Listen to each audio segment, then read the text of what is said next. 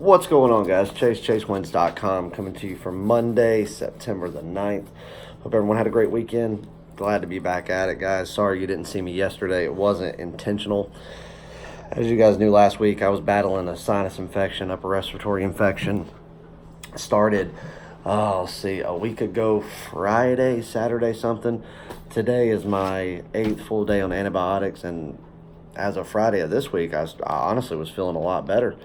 And yesterday it hit me the worst, and today hasn't been much better, but hopefully it's the tail end of it, because it seems like everything's starting to leave me now, and it's painful, but thank God I can breathe again.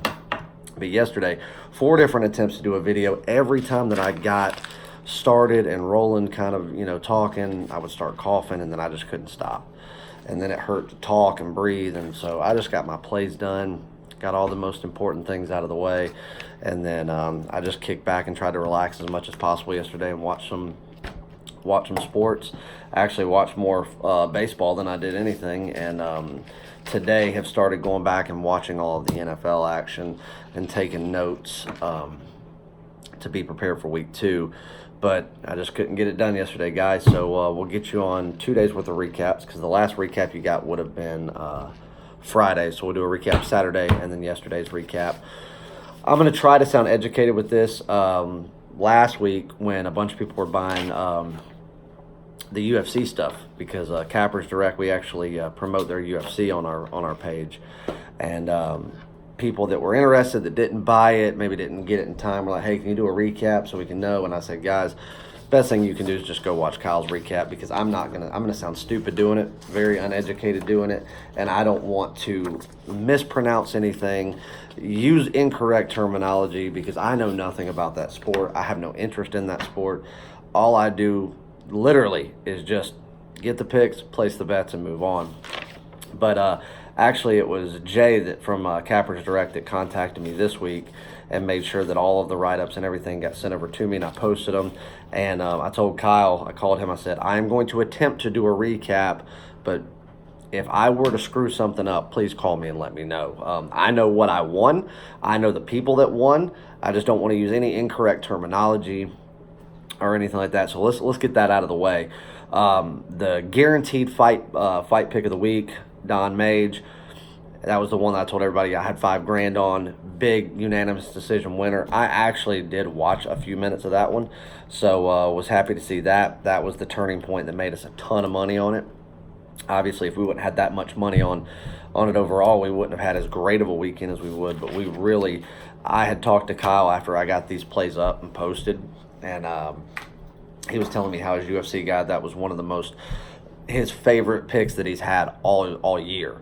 So I really stepped out and hammered that play. Then a couple of dog plays. Paul Selder plus 135 winner. That was the dog of the night. And then there was one other dog, but it's a Russian guy. I know that by the way the name's spelled, but I can't pronounce it. I'm not going to attempt to. So 2 dog winners there. And then we had some fight parlays.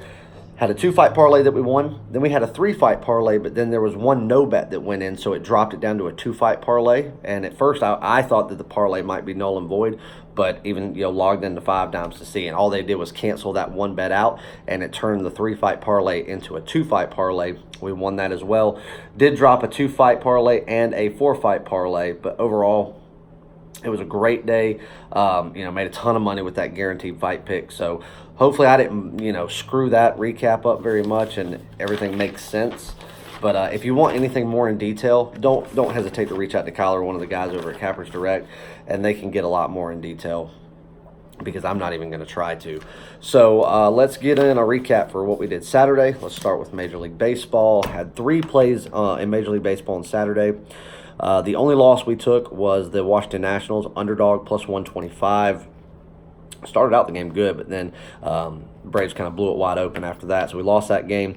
Free play that I gave you, as stated on video, was a big premium play, and that was a nice winner on the San Diego Padres. A little bit chalky right there at my max 150, but a win nonetheless. And then a top play on the Oakland Athletics run line, and that was an easy win from start to finish.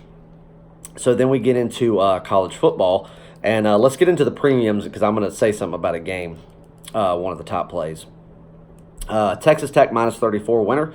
Penn State and Buffalo over 56 winner. Appalachian State barely missed the cut at 22.5, so they didn't do it. North Dakota State, North Dakota over 51.5 did not come through. And I'll tell you this, one of the games that I loved going into the day, absolutely loved, and then right before actual kickoff, I hated it. I was trying my damnedest to hedge that bet and bet the opposite side and just take the loss on juice to prevent myself even having to risk the $1,000 loss. But that was a Washington Huskies minus 13.5. Like I said, all day I loved that play. Then it went into a weather delay. Once we got into that first hour, and I was like, oh shit. Then we get into an hour and a half.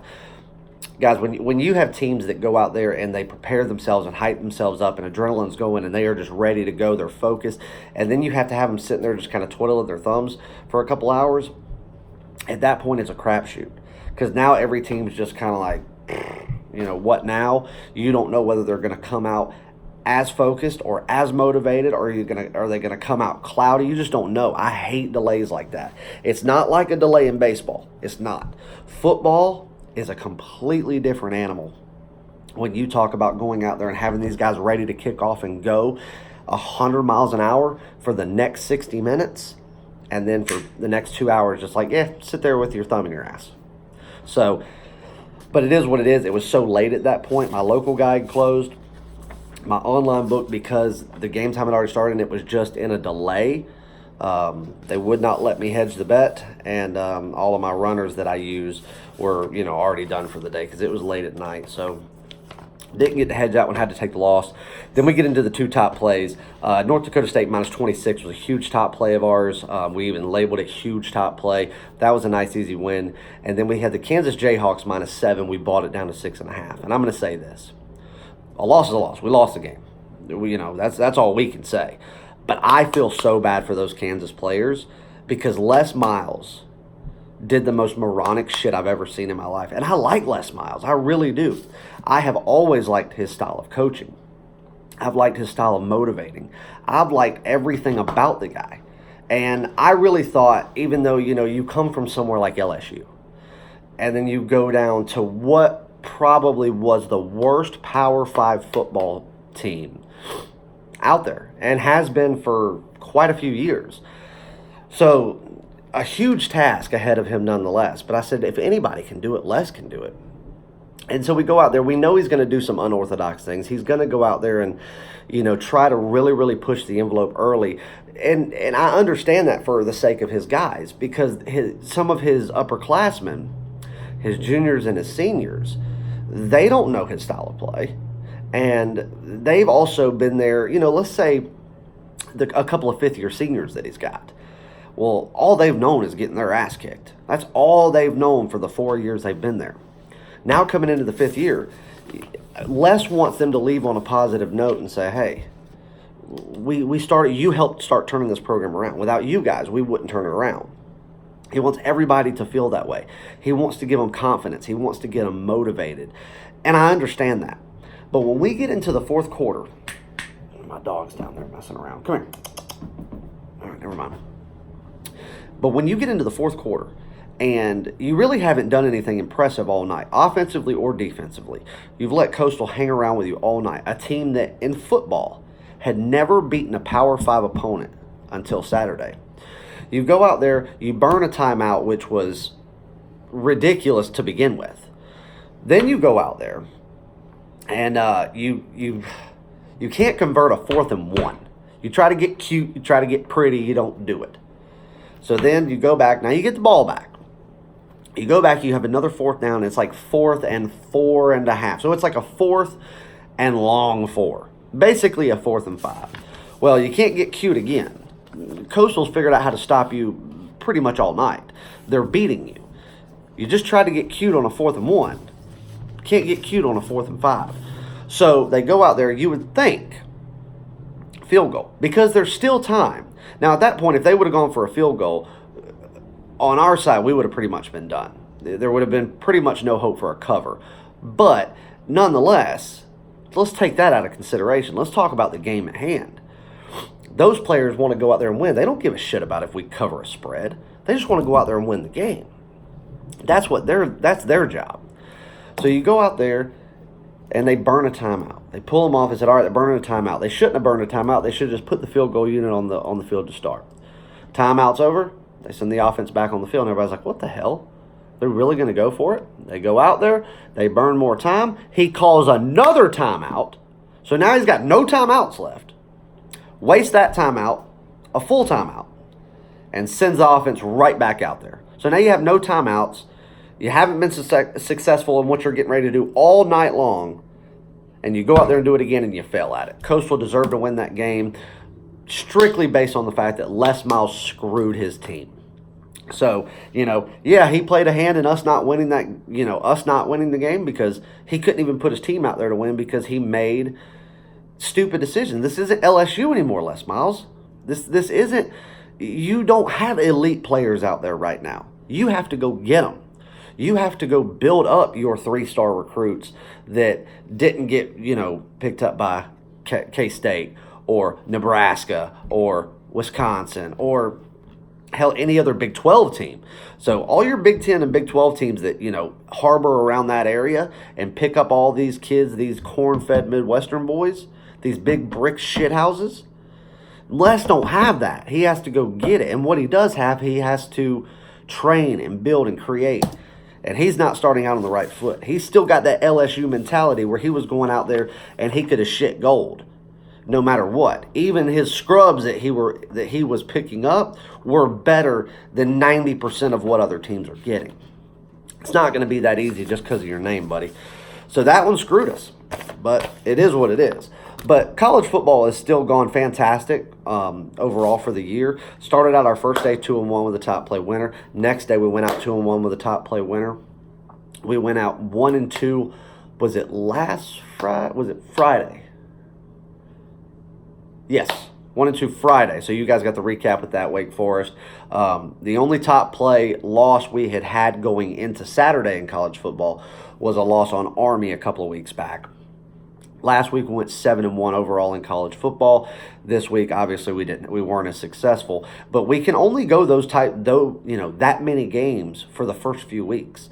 Then, once teams go out there and they kind of show their hand, the odds makers have more to go off of. They have more accurate information. There's more data behind every decision that they make. And the lines are going to get a lot more sharp.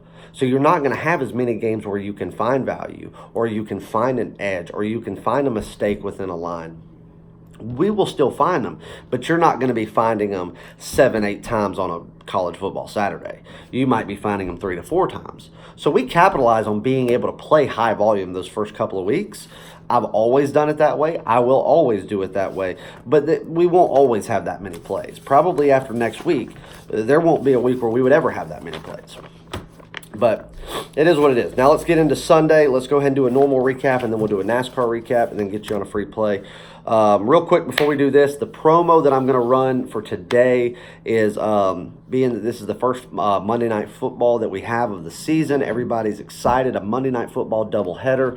I don't know that I will have a premium play in it. We'll see.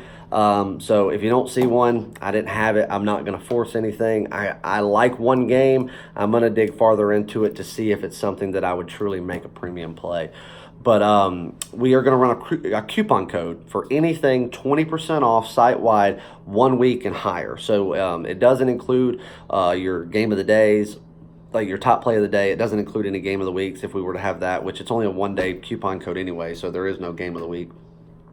And it does not work for the 3-day pass because that's only $50 and you get 3 full days. But anything, a 7-day pass, 30-day pass, any seasonal passes, anything like that, combo pass, you can use this coupon code and get 20% right off the top, no questions asked. The coupon code is capital letters, MNF, for Monday Night Football, and then the number 20. Monday Night Football 20. So MNF, all capital letters, 20 for 20% off anything at the site except for your single game packages like your top play of the day or your 3-day pass. Everything else the coupon code will work for. That coupon code will be live, 1 use per customer, but you can add as many packages you want to your cart and it'll take 20% off of everything. but it will be live until midnight. After midnight, that coupon code will expire. And listen, this ain't like me being able to make an exception of still giving you a discount or something like that.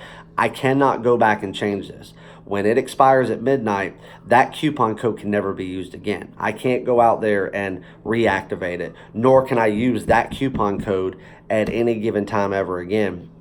And I'm not going to go create a new one, because then I'll have to keep it up there for 24 hours again. Until midnight, you can use it. MNF20. All right, let's do a recap for yesterday. All right, let's start with the NFL. Well, let's start with Major League Baseball. 4-1 day overall. Only loss we took was Boston Red Sox, plus 110 on the money line. They ended up falling to what is a better team, but I really liked Porcello yesterday, and I had faith in him. It just didn't quite come through. Texas Rangers money line minus 140. Nice easy win there. We back to San Diego Padres yet again, minus 139 on the money line. That was not an easy win, but a win nonetheless. St. Louis Cardinals on the run line minus $1.35, a nice easy winner. And then the Washington Nationals on the money line minus 129. That was our top play of the day, and it was a blowout. So nice 4-1 day. Guys, you know I'm the MLB king. We had 2 bad days last week in MLB, but nevertheless, bad days don't happen often in the MLB, and they sure do not last long. So right back at it in the MLB. Now we get into the, we had a couple of leans in the NFL yesterday, but in our official premium and top play, Dallas Cowboys minus 7. We bought it down to 6.5, as I always do on those numbers. A nice easy win there. We had the Colts and the Chargers under 45. Started out the way we needed to. Second half, they were just, defenses were not doing good on either side of the ball, and offenses were able just to keep generating yardage over and over and over. So that one fell. And then we had the Philadelphia Eagles. We got them at minus 10. We bought them down to minus 9.5. That was our NFL top play of the day. And they started out just like hot garbage. 17-0. Then they come back. Alshon Jeffrey gets him a little scoop pass. Boom, 7 points. Then he goes out there and goes yard. 60, 70 yards. Boom. He's got it going on now. 14 points. Washington comes back. They put a field goal up. What does Philadelphia do? They answer with a touchdown to now take the lead. They were down 17-0, guys. And now they've taken a 1-point lead in the game, and there's still plenty of time left. Now, we get 3 minutes left into the game. Philly almost had another touchdown, but they ended up settling for a field goal, and they're up by 12 points. 3 minutes left. They kick it off. By the time they get to midfield, they've had 3 different opportunities to end the game. It's 4th down. Field goals are useless for Washington. They have to get a touchdown, and they have to leave themselves enough time to do an onside kick and at least run a couple of plays. So, in saying that, from the time they caught the ball from kickoff to the time they reached midfield, all those plays, Washington converted. It was I think it was 3, but it may be only been 2. By the time they got to midfield, converted, let's say 2 4th downs. Right then and there, I knew that Philadelphia was not trying to stop this team. It was either going to be Washington just failing because Philly wasn't trying to do shit. And the defensive coordinator should be ashamed of himself. It's not about just winning. Like, go out there and give your team, show them who's boss. It's Washington. But here they go, and with 6 seconds left. Had there been a minute left, I would have understood why Washington would have absolutely wanted that touchdown, because they know they still have a chance to play. But with 6 seconds left, you're going to run one play. Game's over. Even if you ran it in the blink of an eye, you would not have time to run a full play after an onside kick. The game was over after this possession. A useless touchdown, a meaningless touchdown, 6 seconds to go in the game. 6 seconds away from winning the top play of the day. They score a touchdown, backdoor cover. It ends like that. And I'll tell you this, it's not an excuse. We lost. And I don't ever say that I think anything's rigged or that Vegas has a hand in it.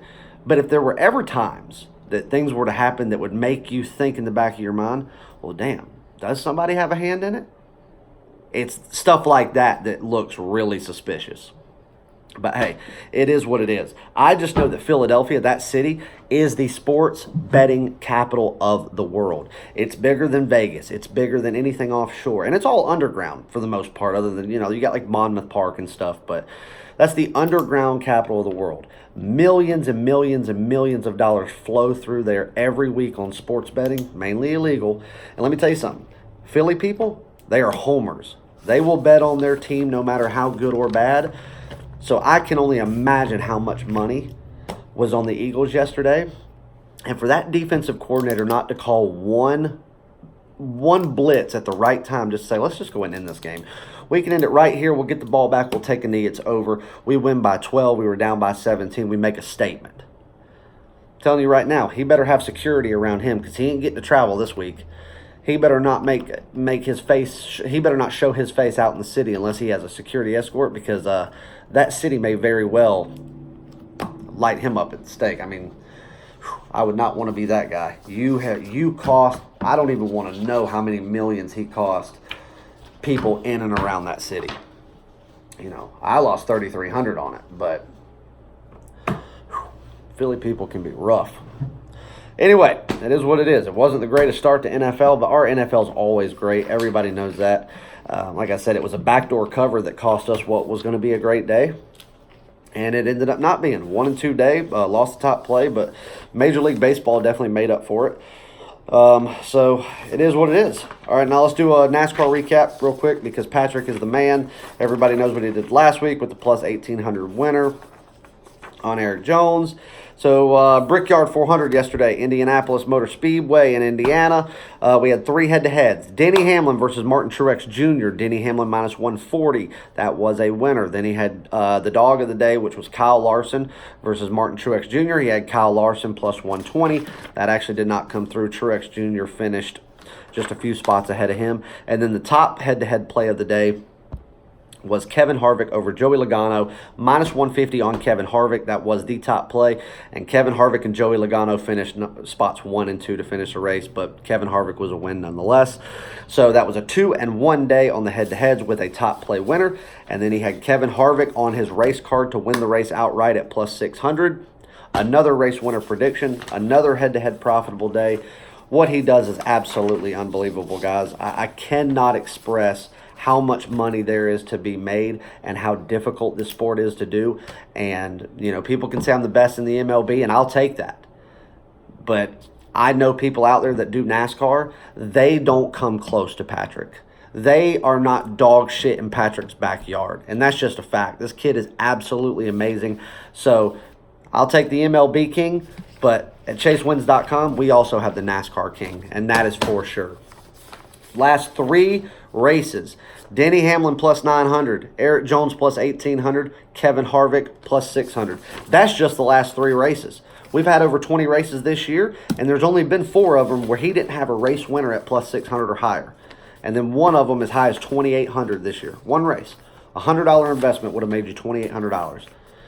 He's still got the season up for $200 through today, and if you want to use that 20% coupon, MNF20, capital letters, you'll get 20% off the $200. You'll save $40. You'll get the rest of the season, which is another 10 races for $160. Can't beat that. All right, let's get on a free play. I'm going to give you a lean in Monday Night Football. No, I'm not. You know what? No, I'm not, because that may end up being a premium play. And if it is, that will be my only play in Monday Night Football tonight. So let's do MLB. And I'm going to go with the Cleveland Indians, LA Angels. From what I can see, Mike Trout, I mean, he's questionable. I don't think he'll play. It's not that it really means anything if he does.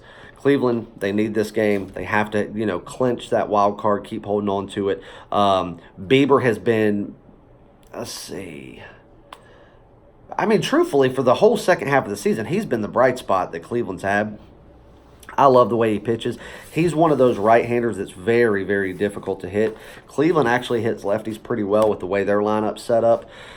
Sandoval, he started out okay, when he started. But the thing is, he hadn't pitched past the 5th inning at all this year.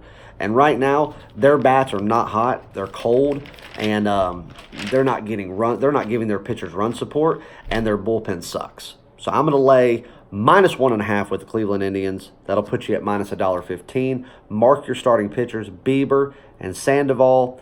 I like this game. It is on the card, already locked in as a premium play. And it's a 10 o'clock game. Cleveland needs this game. LA's really got nothing to play for. Cleveland's not going to give up. There's the pitching advantage, the bullpen advantage, the overall lineup advantage. So right now, everything points towards Cleveland. I think we're getting a gift at minus $1.15, so go get it. Good luck, guys.